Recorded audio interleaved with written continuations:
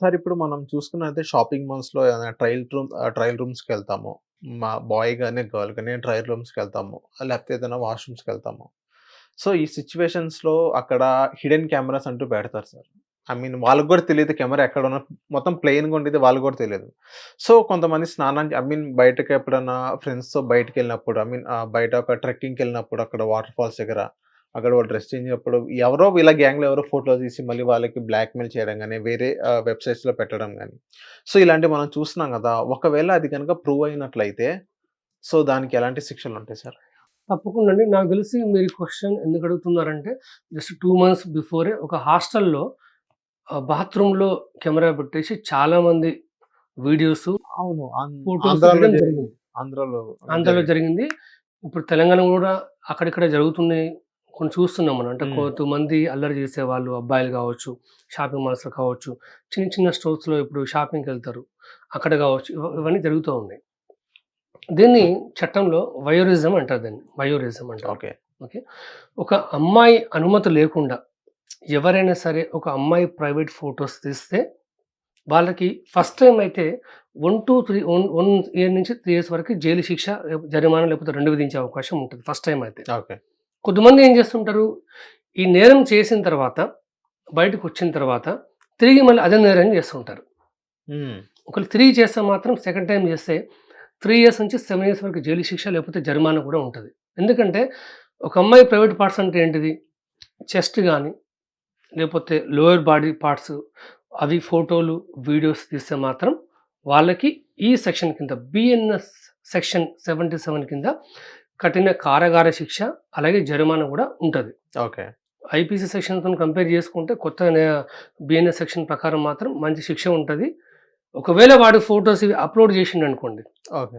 మళ్ళీ information technology act 2000 ప్రకారం ఇంకా కఠిన శిక్ష ఉంటది. ఒక రూ. 5,00,000 వరకు జరిమానా కూడా విధించే అవకాశం గూడా ఉంటది. ఓకే. సార్ ఇప్పుడు మనం చూసుకున్నట్లయితే తెలియకుండా ఎవరైనా ఫోటో తీసి బయట పెట్టారో ఆ అమ్మాయి కేస్ ఫైల్ చేయడం జరిగింది. సో, తీరా చూసినట్లయితే అది వాళ్ళ ఫ్రెండే అవ్వచ్చు.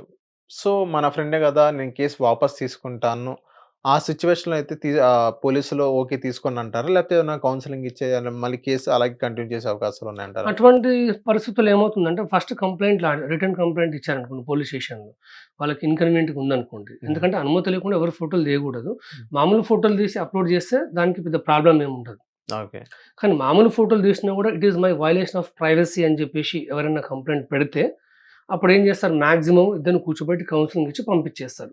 ఒకవేళ ఆ ఫోటోలో గనుక అసభ్యత ఉండి 10 మందికి చూసే వాళ్ళకి ఇబ్బందిగా ఉండి, వీళ్ళకి ఇబ్బందిగా ఉండి, వీళ్ళ అనుమతి లేకుండా అప్‌లోడ్ చేస్తే మాత్రం ఎటువంటి పరిస్థితుల్లో మాక్సిమం కౌన్సెలింగ్ ఇచ్చి పంపిస్తారు తప్ప, ఎఫ్ఐఆర్ చేయడము హ్మ్. ఇలాంటివైతే ఏముండవు. ఓకే. అంటే what is their motive? What kind of photo they have captured in the respective electronic device అనేది ఇంపార్టెంట్. Nude hmm. ఫోటోస్ తీస్తే మాత్రం ఆబ్వియస్‌గా అది ఎఫ్ఐఆర్ ఫైల్ అయితది. హ్మ్. తప్పకుండా దాన్ని కోర్ట్‌కి పంపించేస్తారు. సార్ ఇదే సినారియోలో బ్లాక్‌మెయిల్ చేసినట్లయితే ఎలా ఉంటది సార్? యాహ్! బ్లాక్‌మెయిల్ చేస్తుంటారు. ఒకటి నిజంగా ఫోటో తీసి బ్లాక్‌మెయిల్ చేస్తారు ఒకటి. హ్మ్. రెండోది మామూలు ఫోటోనే వాళ్ళు మార్ఫింగ్ చేసేసి, అప్‌లోడ్ చేసేసి డబ్బులడుగుతారు. ఓకే. నిన్న ఇదొక కేస్ కూడా వచ్చింది. మీరు గనక Hyderabad police commissionerate official website చూస్తే మీరు ఫేస్‌బుక్‌లో హ్మ్. ఒక కుటుంబ సభ్యుడే కావాలని పాలోళ్ళు వాళ్ళని బ్లేమ్ చేయాలి మానసికంగా అని చెప్పేసి, వాళ్ళ ఫోటోలు తీసి మార్ఫింగ్ చేసి అప్‌లోడ్ చేస్తే నిన్ననే అరెస్ట్ చేసిర్రు అతన్ని. నిన్ననే. ఓకే. అతని పైన ఈ కేస్ పెట్టడం జరిగింది ఆల్రెడీ. ఓకే. బ్లాక్‌మెయిల్ చేసినందుకు క్రిమినల్ ఇంటిమిడేషన్ కింద ఒక కేస్ ఫైల్ చేస్తారు. ఓకే. అప్‌లోడ్ చేసినందుకు బిఎన్ఎస్ సెక్షన్ 77 కింద ఒక కేస్ ఫైల్ చేస్తారు.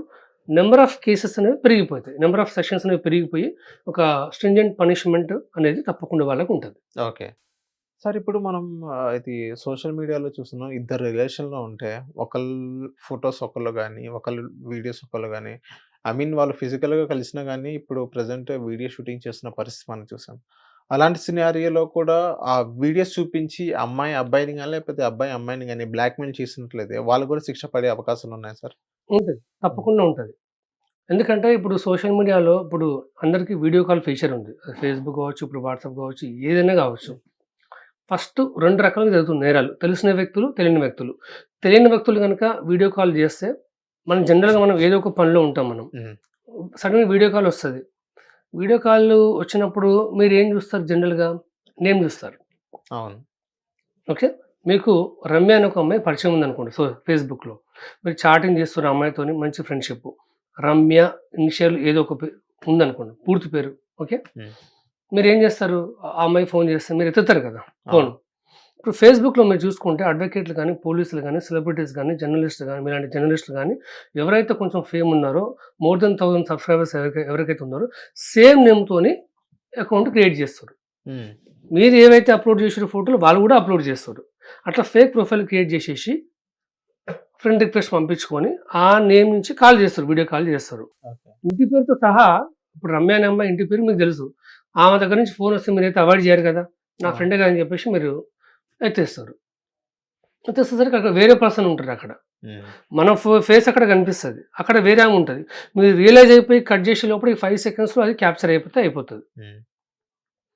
దీన్ని స్క్రీన్ షాట్‌లు తీసేసి మీ కాంటాక్ట్స్ ఆల్రెడీ వాళ్ళ దగ్గర ఉంటాయి. ఏదో ఒక రకంగా వాళ్ళకి పంపించేస్తున్నారు. పంపిస్తామని చెప్తారు డబ్బులు ఇయ్యకపోతే. హ్మ్. ఇంక బ్లాక్‌మెయిల్ చేస్తారు కాబట్టి ఇటువంటి సందర్భంలో మీరు ఫస్ట్ చేయాల్సిన పనేంటంటే 1930కి కాల్ చేయాలి. ఓకే. 1930కి కాల్ చేసి ఈ డీటెయిల్స్, స్క్రీన్ షాట్స్ అవన్నీ వాళ్ళకి చెప్పాలి ఇట్లా. డబ్బులు అడుగుతున్నారు ఇట్లా. ఇది హ్మ్. సైబర్ క్రైమ్ కాబట్టి సైబర్ క్రైమ్స్‌కి 1930 is a toll free number. Okay. అలాగే నియరెస్ట్ పోలీస్ స్టేషన్‌కెళ్ళి మీరు కంప్లెయింట్ ఇవ్వాలి.